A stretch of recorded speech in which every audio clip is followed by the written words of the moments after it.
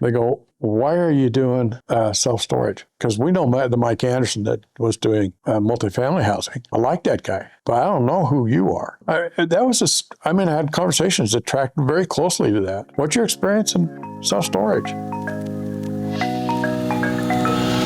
You're having probably as many conversations with sponsors as I am. Talk about what you're seeing these guys dealing with as they're working through a difficult market, not only difficult for deal flow, but also difficult for raising capital. What do you think they're dealing with? Well, I'm sure they're dealing with the same thing that I was dealing with, back when we were doing it. The newer investor, the biggest problem is you're an unknown. It's hard to point to a track record when you don't have one. And you say, well, I've done a couple of deals in the past and they were successful. That doesn't really constitute a track record. It's good. It's good that you have that experience, and you can point to that factor. So I had been syndicating before I started RealSource, which was just doing multifamily. That was what I was talking about in the recent raises, but that was the last group that I worked with as a syndicator. But before that, I was doing neighborhood shopping centers, and we did that for about 7-8 years, and I had a really good track record in that. And I was pretty excited about that as a career for me, except for I ended up with when I first saw the internet, I figured retailing might be a little bit of a question mark in the future. It was before Amazon or anything, but you were just starting to see the .coms show up. We were on .edu because that's how we were getting our research done.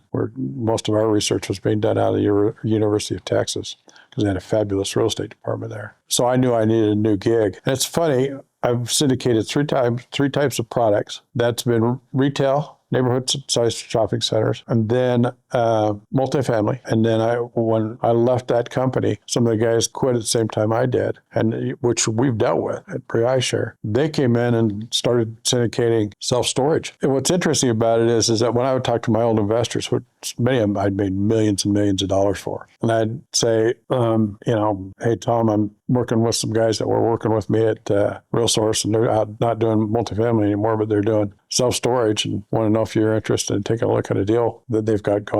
And they go, this is Mike Anderson, right? The guy that used to be at RealSource? When did you leave RealSource? And you'd say, well, a couple of years ago, and I'm just helping these guys out. They go, why are you doing self-storage? Because we know the Mike Anderson that was doing multifamily housing. I like that guy, but I don't know who you are. I had conversations that tracked very closely to that. What's your experience in self-storage? That's like David Zeff when he talks about all the guys that said, no, you're a